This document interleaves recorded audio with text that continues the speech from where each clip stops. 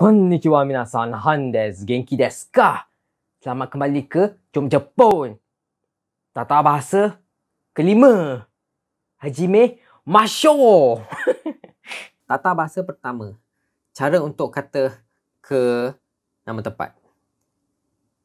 Corak ayat ni ialah N, tempat, lepas tu partikel E. Walaupun kat sini dia tulis tulisan hiragana he, dia disebut E. Fungsi partikel E ni ialah untuk menunjukkan arah kata kerja seperti ikimas, pergi, kimas, datang, atau kaerimas, pulang atau balik rumah. Contohnya, saya akan pergi ke pasar raya. So, dengan menggunakan corak di atas, kita mulakan dengan tempat.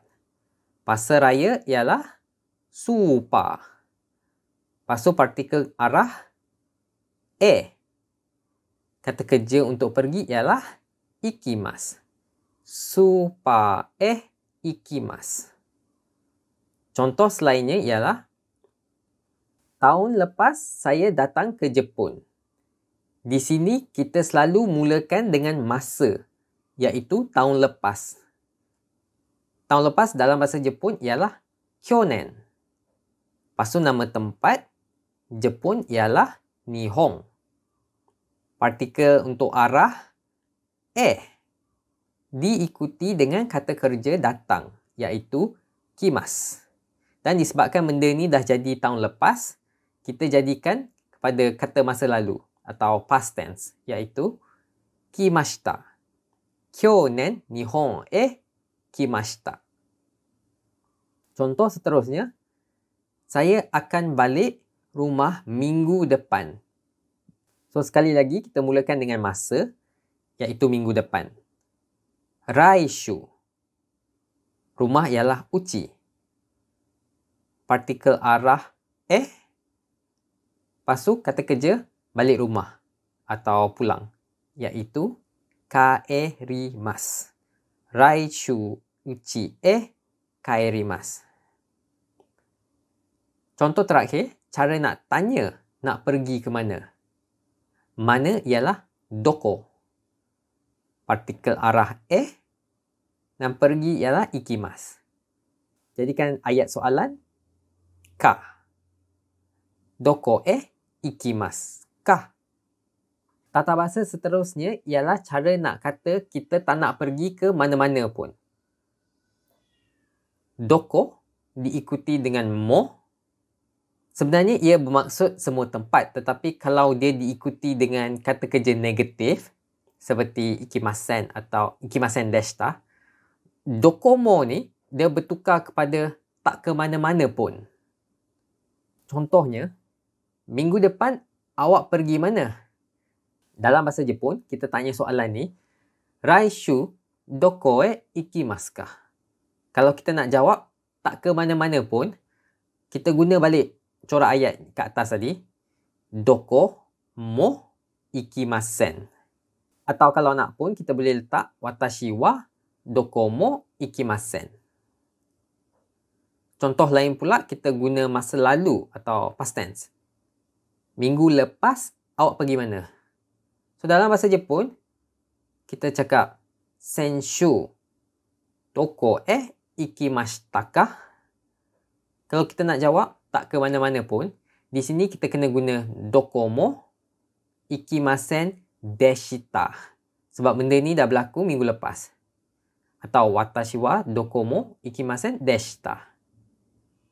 Kita pun boleh gantikan doko dengan kata soal lain seperti nanimo, tak ada apa-apa pun. Atau juga daremo, tak ada siapa-siapa pun. Sekarang kita akan belajar cara nak pergi, datang atau kembali menaiki N untuk kenderaan atau pengangkutan. Kita guna corak ni, N, de. De di sini membawa maksud dengan menggunakan. Diikuti dengan kata kerja ikimas, kimas atau kaerimas. Contohnya, saya pergi naik kereta api. Mula-mula kita mulakan dengan kenderaan. So, kereta api ialah densha.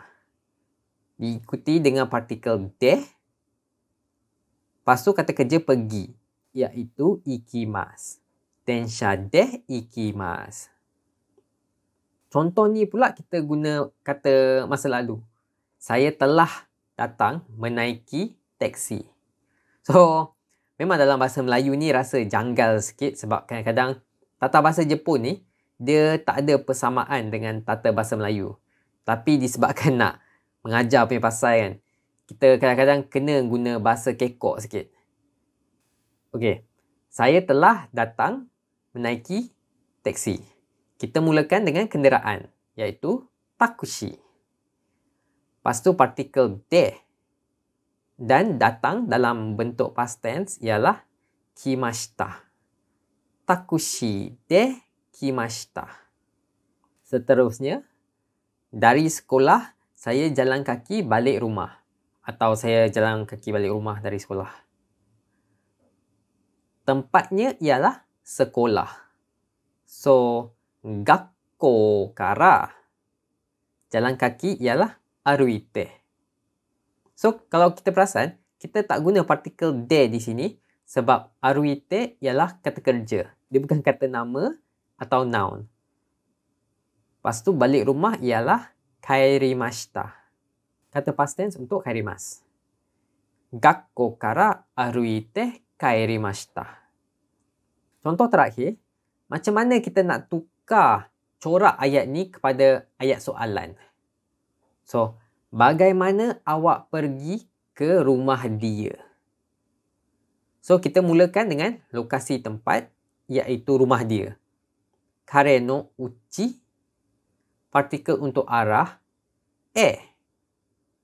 bagaimana dalam konteks ialah menaiki apa.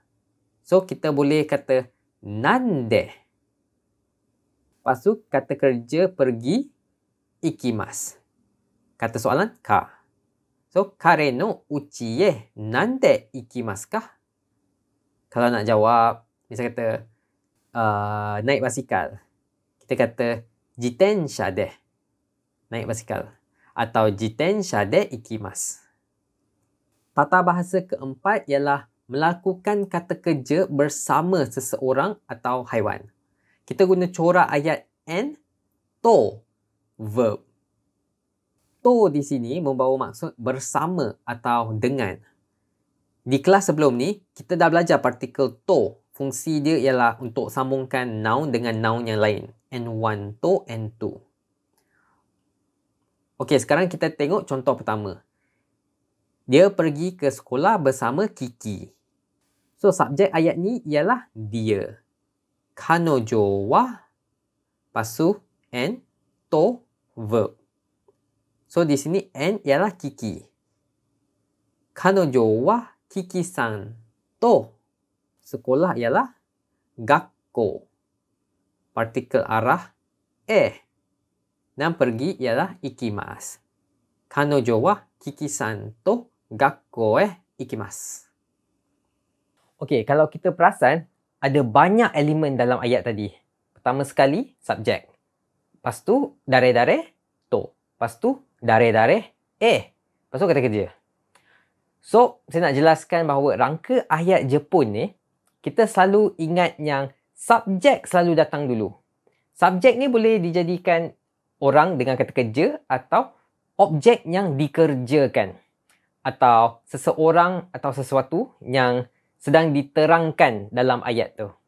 So, selalu mulakan dengan subjek. Dan kalau subjek tu kita tak perlu cakap watashi wa. Tapi kalau subjek tu dia atau orang-orang lain, kita mulakan dengan dare-dare wa. Diikuti dengan elemen-elemen lain seperti Kiki-san to atau gakko Lepas tu akhiri dengan kata kerja ikimasu. Contoh seterusnya, dia pergi ke Jerman bersama keluarganya. Dia ialah kare. Kare wa. Lepas tu bersama keluarga dia ialah kazoku to. So di sini kita tak perlu letak kare no kazoku to. Sebab dalam konteks ni kita dah tahu dia pergi dengan keluarganya sendiri. Kare wa kazoku to. Jerman ialah ドイツ。ドイツへ行きました。Sekarang kita jadikan ayat ni kepada soalan. Awak pergi ke London dengan siapa? Siapa ialah dare. Dengan atau bersama ialah to. Dare to. Tempatnya London ikimashita ka? Dare to London ikimashita ka? Kalau nak jawab kita pergi seorang diri, kita boleh jawab hitori de. So, kita dah belajar kata-kata soal yang lain seperti nani, apa, dare, siapa, dan doko, mana. So, sekarang kita akan belajar kata soal bila. So, ini cara nak tanya bila sesuatu akan berlaku atau sedang berlaku. Dan selain tu, mengenai masa pun, kita dah belajar cara nak tanya nanji, jam berapa, nampun, berapa minit, nanyobi, hari ke berapa, dan selain-lainnya. So, tata bahasa ini ialah bila atau itsu. Contoh kat bawah ni kata, bila keluarga awak akan datang. Subjek di sini ialah keluarga. So, kita mulakan dengan kazoku wa. Lepas tu, kata soal bila, iaitu itsu. Lepas tu, kata kerja datang ialah kimas kah? So, kalau kita jawab, misal kata 31 Ogos. Hari Merdeka. Kita kata Hachigatsu 31 ni. Contoh seterusnya, bila awak nak balik? So, kita mulakan dengan itsu. Balik atau pulang ialah kaerimasu. Itsu kaerimasu ka? Kalau jawab balik tahun depan, kita boleh kata rainen. Diikuti dengan kata kerja kaerimasu. Rainen kaerimasu. Contoh terakhir, macam mana nak tanya hari jadi seseorang? Bila hari jadi awak? Hari jadi ialah tanjoubi. Tanjoubi wa itsu. Lepas tu cara sopan nak tanya ialah desu ka? So, tanjoubi wa itsu desu ka? Kalau nak jawab, misal kata Januari ketiga. Kita boleh kata Ichigatsu Mika desu. So, tata bahasa terakhir untuk kelas ni senang je. Ayat tambah yo kat penghujungnya. So, di sini fungsi dia ialah untuk memberi penekanan lebih kepada ayat tersebut. Dia ala-ala tanda seru kat akhir ayat. Contohnya, hey, saya nak pergi. Pergi ialah ikimasu. Dan kalau kita nak berikan lebih perhatian kepada kenyataan ni, kita tambah yo. Ikimasu yo. Ni dia macam kalau kita borak dengan member, kita kata, gerak lu bro. Macam ikimasu yo. Contoh ayat lain ialah, betul tu. Misal kata, member cakap, harga makanan kat KL cekik darah. Lepas tu kita jawab, betul-betul. So that's yo. Contoh lain pula, kalau nak kata, wow, sedap. Kita boleh kata, oishi yo. Okey, untuk kerja rumah hari ini, saya akan tanya beberapa soalan berdasarkan tata bahasa yang kita baru belajar tadi. Kawan-kawan cuba balas balik dalam bahasa Jepun. Okey, dah sedia semua? Ashita, doko ikimasu ka? Densha de gakkou ikimasu ka? Densha de shigoto ikimasu ka? Dare to depato ikimasu ka? Anata no tanjoubi wa itsu desu ka? Dan itu je lah untuk lesen ke-5 tata bahasa kali ni. Kalau ada sebarang soalan, sila tulis komen anda di bawah. Dan seperti biasa, mite kudasatte arigatou gozaimashita. Hai, mata ne. Bye bye.